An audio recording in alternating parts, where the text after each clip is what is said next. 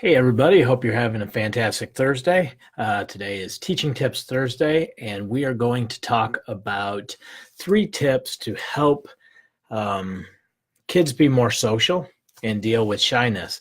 Now, we could talk about this for weeks, and these are only my opinions. So it's kind of my 2 cents on the deal. We have 9 children, and they are all over the board. We have very friendly, outgoing children. We have children that are more reserved and more watchers, if you will. So I think there is no one size fits all with a topic like this because every family is different, every kid is different, and there's so many challenges. So if you're watching, I would encourage you. We've had a lot of fun doing this. We'd love to put 2,500 reward points in your account. So be sure to comment. Let us know you're here. Let us know you're watching. And if we're going to choose one person, we'll drop 2,500 points, which is $25 into your account, and good towards masterbooks purchases. All right, so let's talk a little bit about this. The number one tip that I have is to recognize the differences that our kids have, right? So it's every out of 9 kids, I have one son that just walks into a situation, he immediately begins to make friends, connect with people are drawn to him. It's just his personality. And then I have another son that when he comes into a situation, he tends to be just kind of, cool hand Luke. He doesn't get involved. He watches everything. He wants the connections, but they don't come as easy for him. I have a daughter that's extremely social. We'll go into a situation. She sucks the energy out of the room because she's in the room. And yet she's the one that would be most likely not to have as many friends and be much more. So she'd be very extroverted, but not very, her relationships would be much shallower and she'd have a deeper relationship with fewer people. My other daughter will go into the situation and she will have more friendships, but be more of an introvert. It goes counter to what you would expect. So every child is so different, and I think we have to appreciate those differences. One thing that I put in a link to this video is a 16 personalities test. It's a free personalities test. If you've never taken it before, I would encourage you to. We've done it as couple. Kristen and I, we've also had our kids take it. I've had my daughter-in-laws and my son-in-law take it. I have had coworkers take it. For me, the value in it is to recognize that everybody is different. We tend to look at the world through our eyes and expect that everybody's going to respond to things the way I see things and I respond to things. And when you take that test, or you have your older students especially take the test, your high school students or maybe even junior high, have them take the test and you look at that and you see their personality type and you realize God created this person entirely different than me. And maybe, out of 9 kids, I have 1 that has my personality type. The rest are all over the place. And sometimes even where I've had difficulty understanding, one of my daughter-in-laws, and all of a sudden when she took the personality test, it just made it so easy for me to understand this is how she's seeing me in my personality, and this is how I'm experiencing her and her personality, and I really had a deeper appreciation. So I would encourage you to understand that just because they're shy or introverted or maybe outgoing or extroverted, that everybody's different and we grow. So just because they're that way today doesn't mean that life experiences aren't going to grow them a little bit and change them and help them adapt to new cultures. So with our students, I would especially encourage everybody, celebrate the differences. So if one son that I have is very good at computer skills and all that comes with coding and everything else. And he's just a deep thinker. And so when he comes into a situation, he's not the one that's going to be right there making friends and deep relationships, but he's so deep in his thinking that when we come out of the situation, his read on what just happened is sometimes remarkable. And so to celebrate his personality style and to help him explore that a little bit deeper. So understand that they're different, celebrate them in that experience. And I want to say the last thing I need for my kids to have is more daddy issues than they already have. So I have to be really careful not to shame them because they're not reaching my expectations. So when it comes to if your child is shy and just not, they haven't found their own niche yet, be real careful not to make them feel shamed for that. Right? I mean, they're growing and we give each other room for growth. And that's something that I use repeatedly with my friends and my family is there's room for growth, that we're not perfect. We're people, and part of the human experience is being imperfect, learning from failures, learning from successes, and building on that. That's part of the human experience, and that's part of something that we want to teach our kids to enjoy. Perfection is a myth. It doesn't exist, especially when we look at other kids and we see them very outgoing and all of these things, or we see Facebook and how awesome everybody is on Facebook. We have to realize that that's not always, that just doesn't represent true life. And so be careful not to shame your kid. So the number one is to recognize the differences. I would encourage, there's also strengths tests and different aptitude tests that you can do that are free online. This one that I've done, posted online, we've done it in the group before. I've done it with my family and whatnot, and it's just a really good way to have an idea of the differences. So it's the 16personalities.com link at the top of this post, or in this post, that you can see. So be careful to recognize the differences and not shame them. That's the number one tip. Number two, and this one's a little harder, and I'm going to personalize it for me. I have to recognize that I get what I lead, right? The law of the lid, that my family will never exceed my abilities, my level of growth, what I'm working towards. So this isn't always the case, but a lot of times when you're working with families, you'll notice that a family that's a little bit more reserved, their children tend to be more reserved. If you have family where the mom is full-on outgoing, bigger than life, you'll notice that a lot of times their kids tend to follow their example. So we have to make sure that if we want our children to be more social, that we are also challenging ourselves in being social as well. If we take the attitude that the more people, the more problems,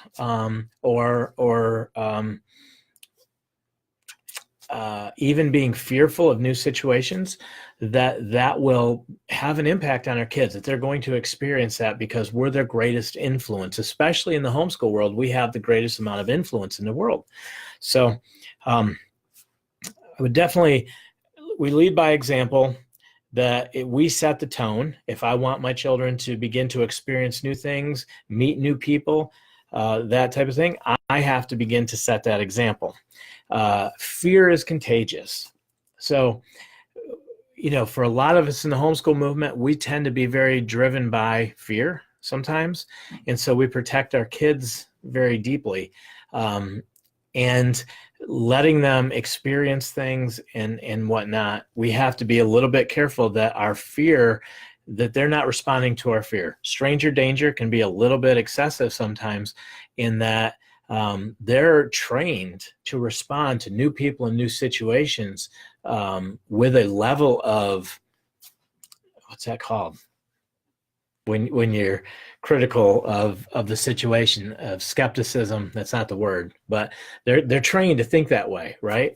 And so we have to be sensitive to the fact that, in a way, the culture that we have has also trained our kids to be very shy in that situation. My grandfather was deathly afraid of water, and so he had 5 children, and all of them were also afraid of water and could not swim. When we would be at a family situation where there would be the ability to have water, my father was a lifeguard. And so he had a whole different experience with water and was very sensitive to my mother's dad's relationship to water and being afraid of it because he felt it would be more dangerous. And so it was really important to him to teach us, to expose us to water and to swim, because he didn't want us to be afraid of it, because he saw how devastating that fear was on my mom's side of the family. Well, it happens the same way with social situations as well, that if we've had bad experiences with people, or we're fearful, or we bring that forward, our kids are going to be sensitive to that as well. So it isn't always the case, because you do have very outgoing people and they still have shy kids, and you have shy people and have outgoing kids. It's just one consideration. Recognize the differences, and we get what we lead. So just do a self-analysis. Am I setting the example for my children that I'm holding them to? Or am I outgoing? If I go to church, do I make new people feel welcomed? If I go into a new situation, do I work the room and talk with people? Am I showing that to my family what I would like? So those are the top 2 points. Before I go on, be sure to let me know that you're here. If you have questions, comments, disagree, agree, anything, be sure to let me know. And we're going to choose one person to add 2,500 reward points. We chose one this morning from last Tuesday's video, and we've had a lot of fun seeing comments and participating. So, okay, the number 3 thing that I would recommend is to give opportunity to our kids. So if my kid is shy, what I have to begin doing is preparing them and giving them opportunities to test their skills, to develop their skills, to expose them to new things. So when I was in my 20s, I took a position with a large insurance company, selling insurance and annuities and that type of thing. And the way I got hired was I had to come up with a list of 200 people. And that 200 people were supposed to show everybody that I was well connected. Well, I really wanted the position. And so I grabbed the church fellowship list, and I put those down as the 200 people. And then I applied for the position. I got the position, but I really wasn't that brave. Okay. So when I got the position, the first thing they did, the first night, what they did is handed us a book, and they said, this book contains scripts. And in it, it says, hello, my name is, I am working now with such and such. And I would love to have an appointment where maybe we could look at your financial situation and determine blah, blah, blah. And as I sat there and I'm looking at the scripts, and then you had to have 3, like, oh, you don't want me to come. I can certainly understand how you feel, but maybe if you would just give me an opportunity. And you had to have 3 rejections before you hung up the phone. So I have 200 people. I now have a book with a scripts that I'm supposed to deliver to these 200 people. And then they did the most horrifying thing in the world. They said, you're going to go in the room.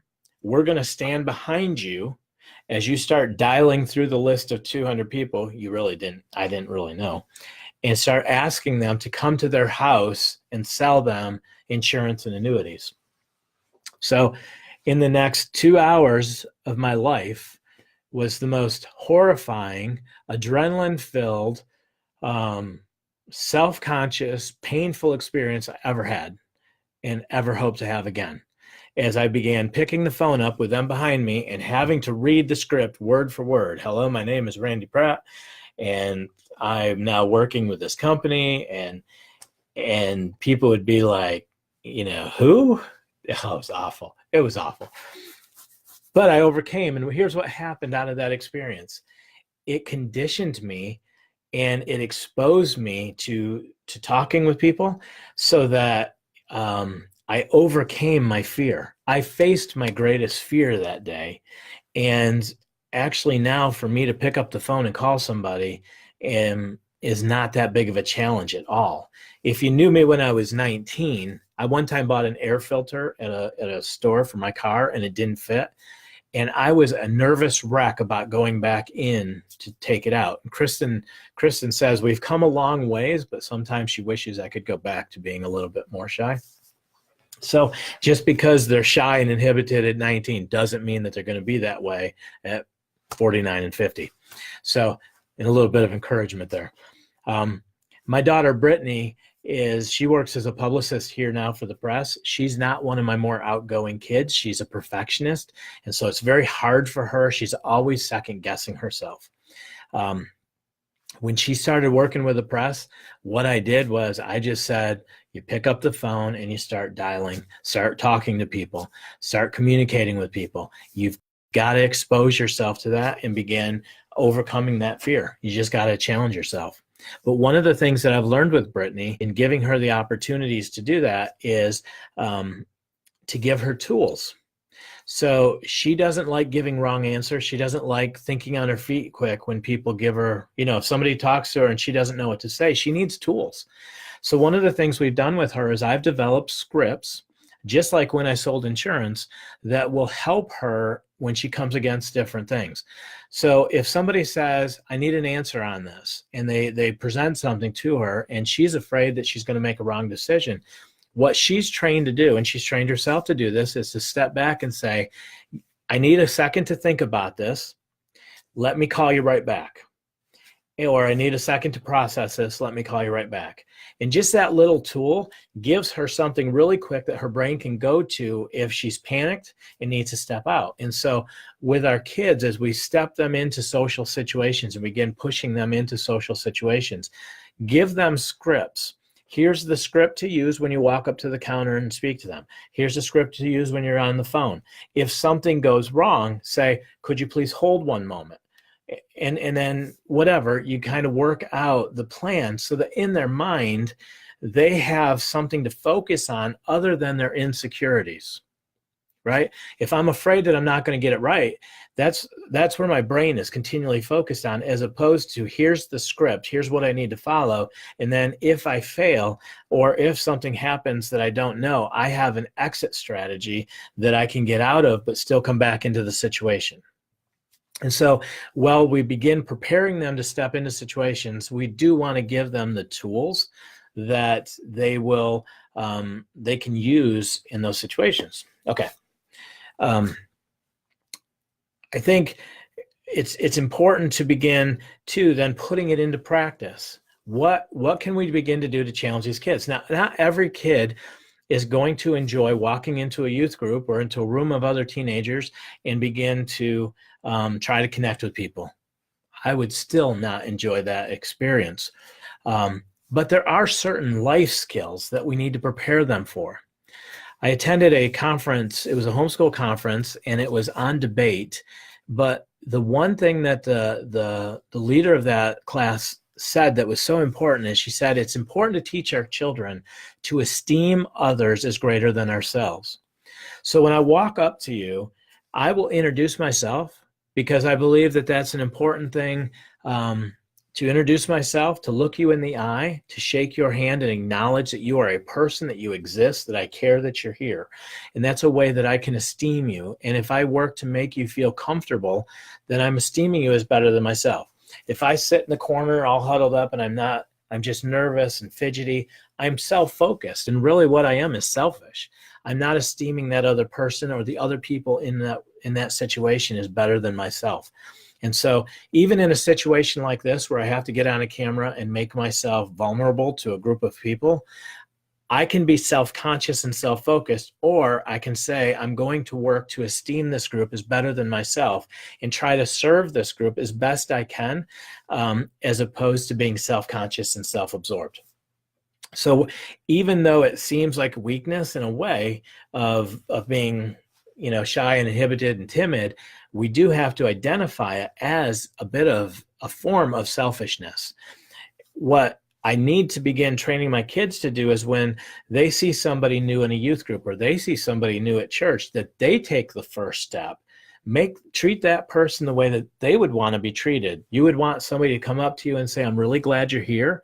If there's anything I can help you with, don't be afraid to ask. My name is, and then teach them also to ask good questions and to be listeners. You can do, you can survive a situation by just having a series of questions that you can ask. Are you from this area? You know, what grade are you in? Those types of things. In your script, have some go-to questions. And then once you get an answer, don't just let it die. You know, are you from this area? This person says, I'm from this area. That's now you can say, well, I'm from this area too.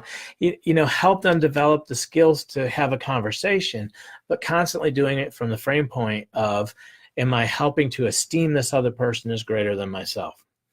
And I think that that's important to teach even as young children, that any situation, right? Whether you like chivalry or not, I think it's important to teach young men to be chivalrous, to look out for those around them.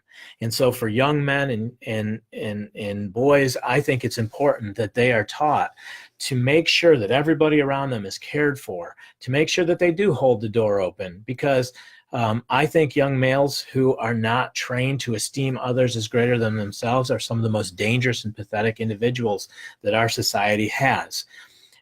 We need as men to make sure that we do our best to protect and serve those around us. And our sons definitely need that. So my goal in that, in esteeming others as greater than themselves, is to look around the room. Is there anybody else that's struggling or suffering or hurting that I can begin to esteem that person and treat them better than I would want to be treated? So differences, acknowledge the differences, do the test, celebrate the differences, celebrate that you're not like me, but you know, and there's parts of what I wish I was more outgoing, or I wish I was a thinker like you. Celebrate those things and begin to build them up. Be careful not to shame them. We get what we lead. Make sure that I am leading by example, what I'm expecting from my kids, and challenge myself with that often, right? It's happened so much. What I want my family, where I want my family to go, I have to be the first to the field. Okay, and then giving them opportunity, letting them test their skills and build their skills. So let's do some social challenges. I would encourage you today, if you have a shy child, especially a teenager, do a challenge, begin a challenge. Make it fun though. Don't make it like we need to grow you and develop you because you're lacking. Make it as this is part of discipleship. And as a family, we're going to start learning how to esteem others as better than ourselves. We're going to start working how to work a room and to have influence, social influence, by being more outgoing, and make it something to be desired and fun. Why? Because in life, whether you're in the back room programming a computer or you're in the front of a church, you're going to need to have skills that you can connect with people. The greatest need we have as human beings is to be loved and to belong.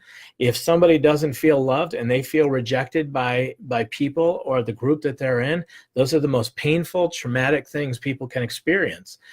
If I am skilled in helping the people around me to feel loved and connected, which is extremely biblical, to love others,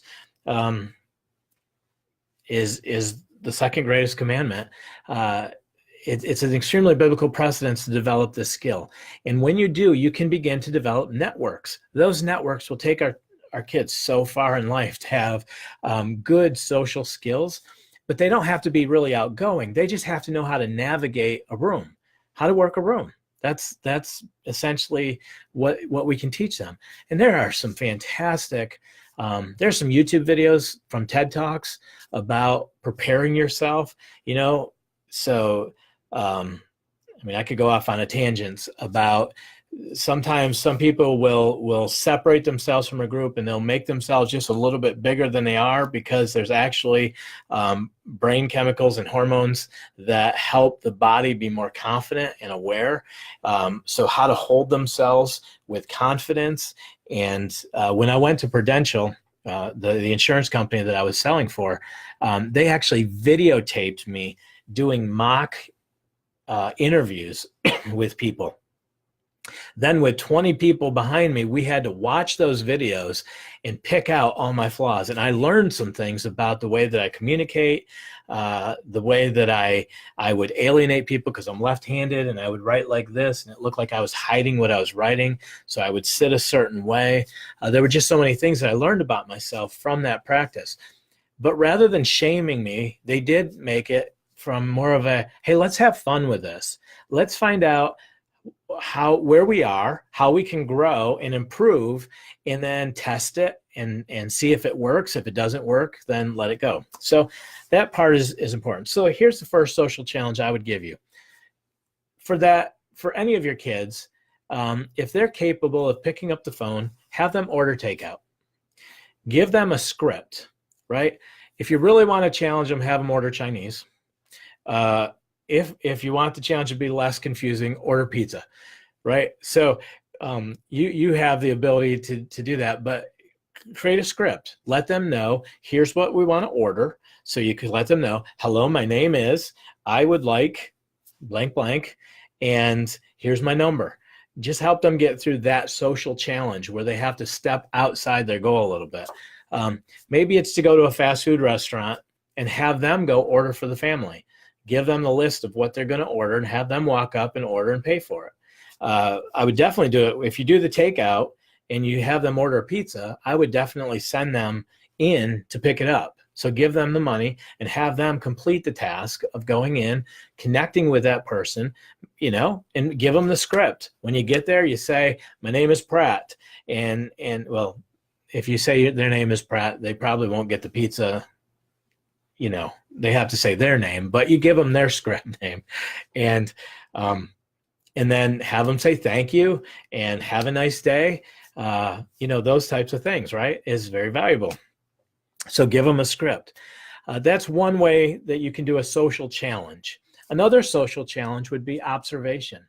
The next time you go to church, prep that shy student. Hey, today in church, look for somebody, find 1, 2, or 3 people that are just outgoing. Like from the moment we walk into church, that person is working the room. She's over here talking to people, then she's over here talking to people, and she's just making people feel welcomed. She's making people, when she comes by us and she says, hey guys, I'm so glad you're here, she makes us feel good. Right? That start looking for those people. So first is identify 1 to 3 people in your settings, maybe at co-op or church or wherever, a sports team. Find 3 people that really seem to work a room and connect with people well. Once you've done that, then start looking for, okay, let's observe them. What do they do? How do they, when they walk into the room, are they confident? Do they look around to see who's there that they can connect with? What kinds of things do they say? How do they make me feel when they talk to me? And why do I feel good when they talk to me? Begin almost journaling or just discussing as a family the things that socially these people that we admire are doing. And what we're doing in doing that is we're actually making them part of our advisory council, right? So studies show us that we're like the average of the top 5 people that we surround ourselves with, or 5 influences we surround ourselves with.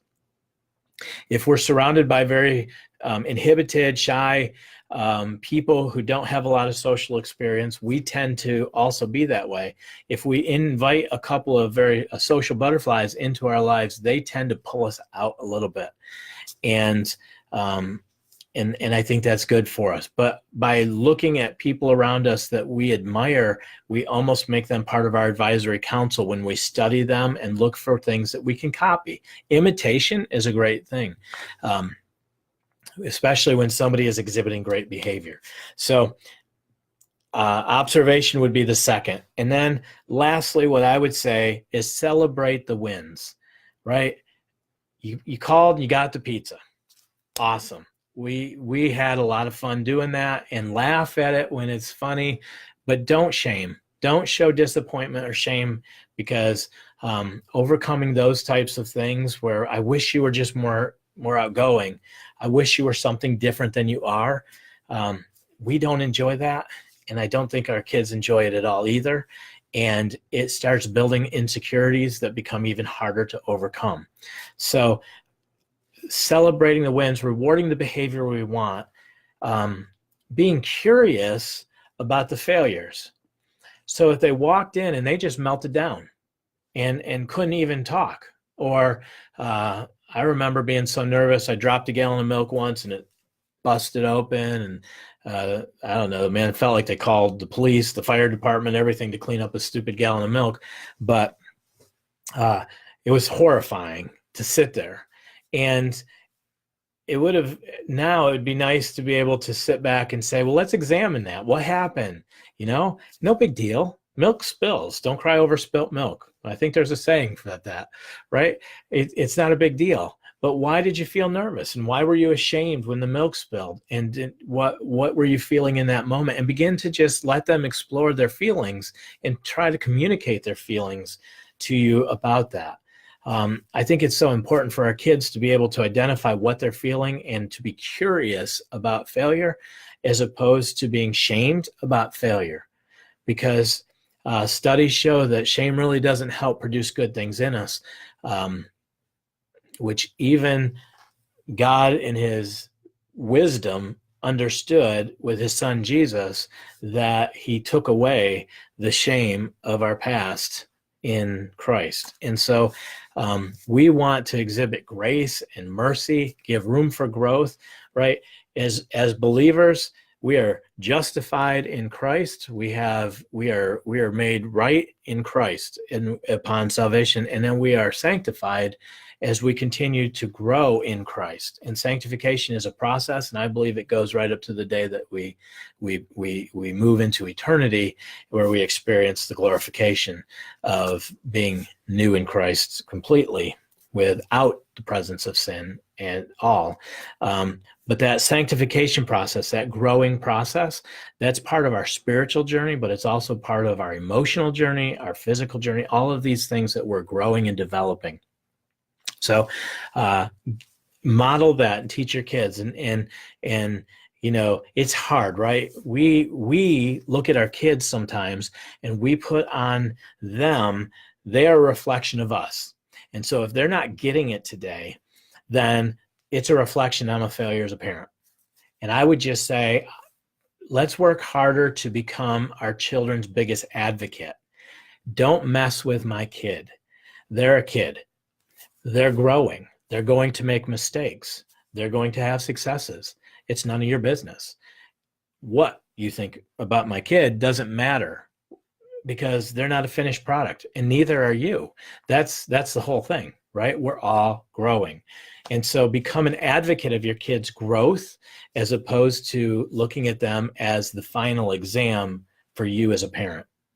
So hopefully you receive that humbly, because I say that as much to myself as well, that I'm always having to remind myself to give my kids as much room for growth as I need.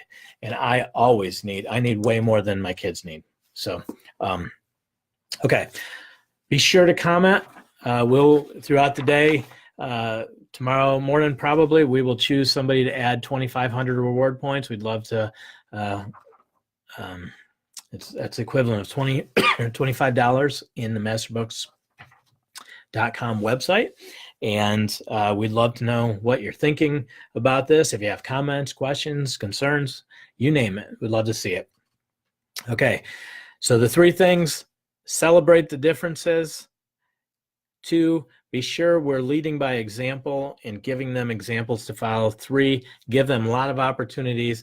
And if you do the social challenge tonight and you have your child order pizza, I'd love it if you'd go and post a picture of your family eating the pizza.